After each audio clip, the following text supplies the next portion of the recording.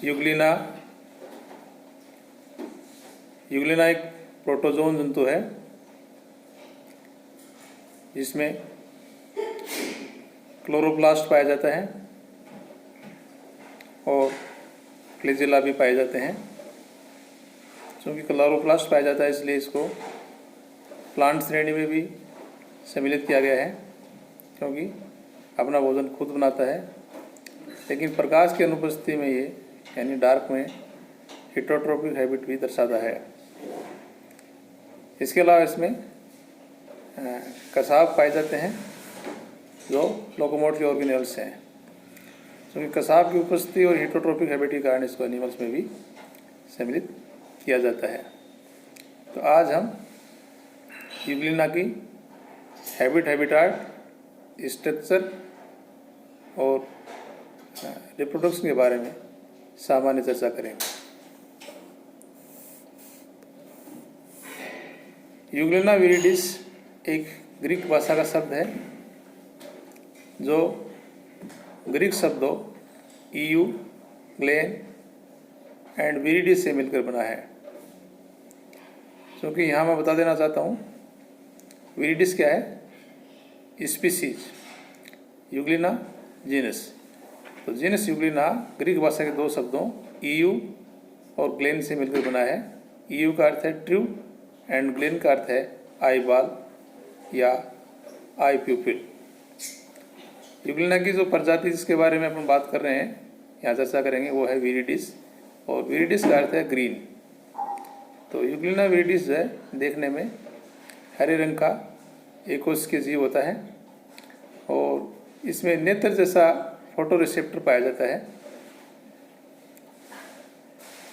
इसके अलावा क्योंकि इसमें क्लोरोफिल जो है पाया जाता है और कसाब भी पाए जाते हैं जो कि लोकोमोटिव ऑर्गेनेल्स हैं।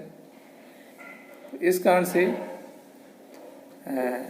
जो जंतु विज्ञानी है इसको पादप और जंतु के मध्य योजक कड़ी भी मानते हैं। ये जंतु सूर्य के प्रकाश की उपस्थिति में अपना भोजन खुद बनाते हैं। इस प्रकार से ये ऑटोट्रोफ हैं, स्वपोषी हैं और सूर्य के प्रकाश की अनुपस्थिति में भी अपना भोजन जो मृत कार्बनिक पदार्थ हैं या जो मृत जीव हैं उनसे अपना भोजन ग्रहण कर लेते हैं, मृत पादप मान लीजिए उनसे। तो इस तरह से ये विषमपोषी जो है हैबिट भी दर्शाते हैं। कसाब जो इनके लोकोमोटिव ऑर्गेनेल्स हैं, कसाब की उपस्थिति और हेटरोट्रोफिक स्वभाव के कारण इनको जंतु श्रेणी में सम्मिलित किया जा सकता है। इसके अलावा क्लोरोफिल की उपस्थिति या यूँ कहें स्वपोषी स्वभाव के कारण इनको प्लांट श्रेणी में भी सम्मिलित किया गया है या किया जा सकता है। तो इसको बोटनी में भी इसका अध्ययन किया जाता है और इधर जो है जूलॉजी में भी इसकी जो है स्टडी की जाती है। जूलॉजी वाले ये मान के चलते हैं कि ये एनिमल है और बोटनी वाले ऑटोट्रोफिक हैबिट के कारण इसको प्लांट श्रेणी में सम्मिलित करते हैं। अगर की वर्गी की स्थिति की अगर बात करें तो संघ प्रोटोजोआ है, उपसंघ सार्कोमेस्टिकोफोरा, उच्च वर्ग यानी सुपर क्लास मेस्टिकोफोरा, क्लास फाइटोमेस्टिकोफोरा। अगर जंतु मानेंगे तो जूमेस्टिकोफोरा। इसका ऑर्डर यूग्लिनोइडिया और जीनस यूग्लिना, स्पीसीज विरिडिस। स्पीसीज कई हैं लेकिन जिस स्पीसीज के बारे में चर्चा कर रहे हैं या आपकी किताब में जो विस्तृत वर्णन दिया हुआ है वो विरिडिस है। अब हम हैबिट और हैबिटाट के बारे में बात करेंगे।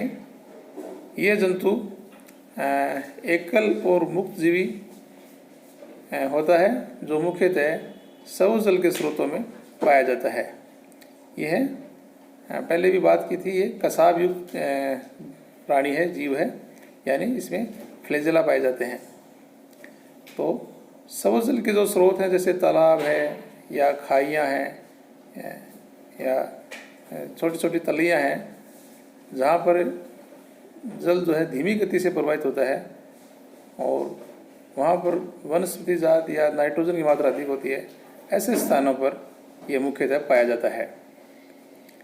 इसकी अगर संरचना की बात करें तो सबसे पहले अगर बात करें शेप एंड साइज़ की, आकार आकृति की, तो एक बहुत छोटे आकार का यानी लगभग 0.13 mm साइज़ का होता है और शरीर थोड़ा लंबा होता है, तरकुरूपी होता है और इतना छोटा होता है कि सूक्ष्मदर्शी के हिसाब से, सूक्ष्मदर्शी की सहायता से इसको हम देख सकते हैं। वैसे पहले भी मैंने बात की थी, जो सारे प्रोटोजोन्स हैं वो कैसे होते हैं, माइक्रोस्कोपिक होते हैं। सूक्ष्मदर्शी की सहायता से हम इनको देखते हैं, नग्न आंखों से नहीं देख सकते। तो चूँकि प्रोटोजोन है यूग्लिना भी, इसलिए ये माइक्रोस्कोपिक है, छोटा है और शरीर का अगर स्ट्रक्चर देखें तो थोड़ा सा लंबा भी है। शरीर का अगला सिरा थोड़ा सा राउंडेड होता है, गोली होता है और मध्यवर्ती भाग थोड़ा चौड़ा और पीछे की ओर नुकीला होता है। अगले सिरे पर सामान्यतः एक कसाब पाया जाता है जो न्यूक्लिका या यूग्लिना का गमनांग होता है। क्योंकि कसाब दो होते हैं लेकिन एक जो है साइटोस्टोम में धंसा होता है, तो एक दिखाई देता बाहर की ओर होता है। दूसरी करेक्टर की बात करें स्ट्रक्चर की, तो ये है पेलिकल। तो शरीर के ऊपर एक पतली, स्पष्ट, लचीली, दृढ़ और प्रोटीन युक्त आवरण या झिल्ली पाई जाती है जिसको पेलिकल कहा जाता है। ये पेलिकल पतली, दृढ़ और कुंडली के समान व्यवस्थित पट्टियों का बना होता है। अगर जीवधुरी की बात करें तो पेलिकल के नीचे की ओर जीवधुरी पाया जाता है और जीवधुरी जो है वो बाहर की ओर जो होता है वो एक्टोप्लाज्म कहलाता है, परिधीय जो जीवधुरी होता है, और अंदर की ओर जो होता है सेंटर में वो एंडोप्लाज्म कहलाता है। तो एक्टोप्लाज्म या बही प्रतिद्रव्य बाहर की परिधीय होता है, ये एक तरह से स्पष्ट होता है और इसमें थोड़ा सा गाढ़ा भी होता है, सघन होता है। इसमें माइक्रोट्यूबुल्स भी पाए जाते हैं और म्यूसिफ्यूरस बॉडी भी पाई जाती हैं। जो अंदर की ओर जो एंडोप्लाज्म होता है वो थोड़ा कणिकामय होता है और इसके अंदर जो कोशिकांग हैं या यूँ कहेंगे बॉडी के जो ऑर्गेनेल्स हैं वो पाए जाते हैं, न्यूक्लियस पाया जाता है। न्यूक्लियस के अलावा जो माइटोकॉन्ड्रिया एंड अंतःपदी जालिका या जो कॉन्ट्रेक्टाइल वैक्यूल वगैरह, ये सब जो है एंडोप्लाज्म में धंसे होते हैं। अगर हम आशय या रिजर्वियर की बात करें तो अगले सिरे पर यानी शरीर के अगले सिरे पर कीपनुमा कोशिका मुख पाया जाता है जो एक छोटी ग्रसनी में खुलता है और ये ग्रसनी एक बड़े से आशय में खुलती है। आशय में बड़े कसाब पर एक पैरा कसाबी काय पाया जाता है जो लाल रंग के नेत्र से जुड़कर प्रकाश संवेदन का कार्य करता है। अगर कसाब की बात करें तो शरीर के अग्रभाग में कोशिका मुख से निकला एक लंबा, महीन, धागेनुमा कसाब पाया जाता है जो गमनांग का कार्य करता है। सूक्ष्मदर्शी अध्ययन से पता चलता है कि यूग्लिना में दो प्रकार के कसाब होते हैं, एक लंबा और दूसरा छोटा, जो आशय में धंसा होता है। छोटे वाला जो है आशय में धंसा होता है। जो दोनों कसाबों का उद्भव दो सूक्ष्म कणिकाओं से होता है और इन कणिकाओं को ब्लिफेरोब्लास्ट कहा जाता है। ये ब्लिफेरोब्लास्ट जो रिजर्वियर है, आशय है, उसके आधार पर जीवधुरी में धंसा होता है। कसाब द्वारा यूग्लिना जो है मूवमेंट करता है, गमन करता है, यानी कसाब जो है इसके गमन में मददगार होता है। न्यूक्लियस की बात करें तो जीवधुरी के मध्य भाग में शरीर के पश्च की ओर यानी थोड़ा पीछे की ओर एक बड़ा गोलाकार केंद्रक पाया जाता है, इसको एंडोसोम या कैरियोसोम भी कहा जाता है। केंद्रक में क्रोमेटिन पदार्थ पाया जाता है और ये जो केंद्रक है एक आवरण से आवृत होता है जो एक तरह से डबल मेम्ब्रेन होता है, द्विआवृत होता है और ये आवरण जो है छिद्रित होता है, इसमें सूक्ष्म छिद्र पाए जाते हैं। संकुचनशील धान्य बीज में पाई जाती है कॉन्ट्रेक्टाइल वैक्यूल, तो ये एंडोप्लाज्म में पाई जाती है। तो एंडोप्लाज्म में रिजर्वियर के पास एक संकुचनशील रिक्तिका पाई जाती है और इसमें पानी तो होता ही है, पानी के अलावा जो अपशिष्ट पदार्थ हैं, अपचित जो पदार्थ हैं वो भी होते हैं और ये इनको जो है उत्सर्जन के रूप में एक मददगार होते हैं, उसमें सहायक होते हैं एक तरह से। कॉन्ट्रैक्टाइल वैक्यूल शरीर के जो झिल्ली के पास ले जाकर इनको बाहर की ओर ये निकल जाते हैं, छोड़ दिया जाता है। अगला स्टिग्मा।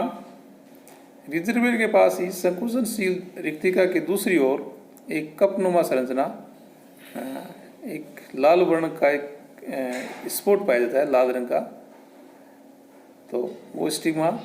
और लेडेले जो जूलॉजिस्ट थे उन्होंने बताया कि लाल रंग जो है वो लिपिड ड्रॉपलेट के कारण होता है, और इस ड्रॉपलेट के ऊपर जो है कैरोटिनॉइड वर्ण जो है वो आवृत हो जाता है, इस कारण से ये लाल दिखाई देता है। तो इनके अलावा कुछ अन्य पदार्थ भी एंडोप्लाज्म में या जो है इसके जो है यूरेथ्रा में धसे होते हैं, तो एंडोप्लाज्मिक इंक्लूजन्स जो अन्य जो पदार्थ हैं वो भी इसमें देखे गए हैं। तो अंतर्द्रव्य जो एंडोप्लाज्म है उसमें अभी अपने बात की बहुत सी पदार्थ जैसे संकुचनशील दादी है, स्टिग्मा है, न्यूक्लियस है, इनके बारे में बात की। इसके अलावा और भी अन्य जो है कोशिकांग वो पाए जाते हैं, जैसे क्लोरोप्लास्ट है। इसके अलावा कुछ भोज्य पदार्थ पैरामाइलोन, गोल्जी काय, अंतःप्रतिजालिका, माइटोकॉन्ड्रिया, ये सभी एंडोप्लाज्म में धसे होते हैं। अगर इसके जीवन चक्र की अगर बात करें तो इनमें सेक्सुअल रिप्रोडक्शन पूर्णतः अनुपस्थित होता है, केवल लैंगिक जनन पाया जाता है। और लैंगिक जनन अनुलोम विभाजन या कुटी भवन द्वारा संपन्न होता है। जो बाइनरी फिशन या जो अनुलोम विभाजन है एक मुख्य विधि होती है इसमें जनन की। तो युग्लिना में अलैंगिक जनन जो है मुख्यतः एक तो लॉन्गिट्यूडिनल बाइनरी फिशन द्वारा संपन्न होता है, इसके अलावा मल्टीपल फिशन द्वारा संपन्न होता है। पहले हम बात करेंगे अनुदैर्ध्य द्विविभाजन यानी लॉन्गिट्यूडिनल बाइनरी फिशन के बारे में। युग्लिना में जब परिस्थितियाँ अनुकूलित होती हैं, जब जिस वातावरण में रहता है, जिस हैबिटेट में रहता है, वहाँ पर परिस्थितियाँ इसके अनुकूलित होती हैं, जैसे तापमान, पानी, भोजन आदि सभी जो है पर्याप्त मात्रा में हो, तो ऐसी फेवरेबल कंडीशन में ये जो है बाइनरी फिशन द्वारा रिप्रोडक्शन करता है। और रिप्रोडक्शन में यानी बाइनरी फिशन में एक तरह से ये विभाजित होता है। युग्लिना में यूँ कहें तो द्विभाजन अनुदित प्रकार का एक तरह से लॉन्गिट्यूडिनल प्रकार का होता है। और ये बताया कि जो है एक जो क्या फेवरेबल कंडीशन होती है उसमें ये विभाजन करता है। तो युग्लिना की क्रियाशीलता अवस्था में यानी जब फेवरेबल कंडीशन होगी तो ये ज़्यादा एक्टिव रहेगा। तो क्रियाशील अवस्था में केंद्रक समसूत्री विभाजन द्वारा दो समान भागों में बंट जाता है। और इसके बाद अग्र भाग में उपस्थित कोशिकांग जैसे दृष्टि बिंदु या कसाव, लिम्फोब्लास्ट, रिजर्वेयर, क्रोमेटोफोर या पैरामाइल बॉडी जो है लॉन्गिट्यूडिनल रूप से दो भागों में बंट जाते हैं। इसके बाद में देखो इस डायग्राम में हम समझ रहे हैं कि ये जो है लंबवत विभाजन हो रहा है और फिर धीरे धीरे जो है न्यूक्लियस भी विभाजित हो रहा है। न्यूक्लियस के बाद में दो न्यूक्लियस बन जाते हैं और इससे दो जो है युग्लिना विकसित हो रहे हैं। इसी प्रकार दूसरा अग्रभाग जो है अग्रभाग का गर्त अनुदैर्ध्य तय रेखा के रूप में पश्च की ओर जो है बढ़ने लगता है और अंत में संपूर्ण युग्लिना जो है दो भागों में बंट जाता है। तो प्रत्येक पुत्री युग्लिना में सभी संरचनाओं का धीरे धीरे विकास हो जाता है और जीव स्वतंत्र रूप से जीवन व्यतीत करने लगता है। तो कहने का मतलब है कि जो सेक्सुअल रिप्रोडक्शन होता है और वो किस द्वारा होता है, बाइनरी फिशन द्वारा। और ये लॉन्गिट्यूडिनल जो बाइनरी फिशन है वो मुख्य प्रक्रिया होती है, मुख्य प्रकार का जो है जनन होता है।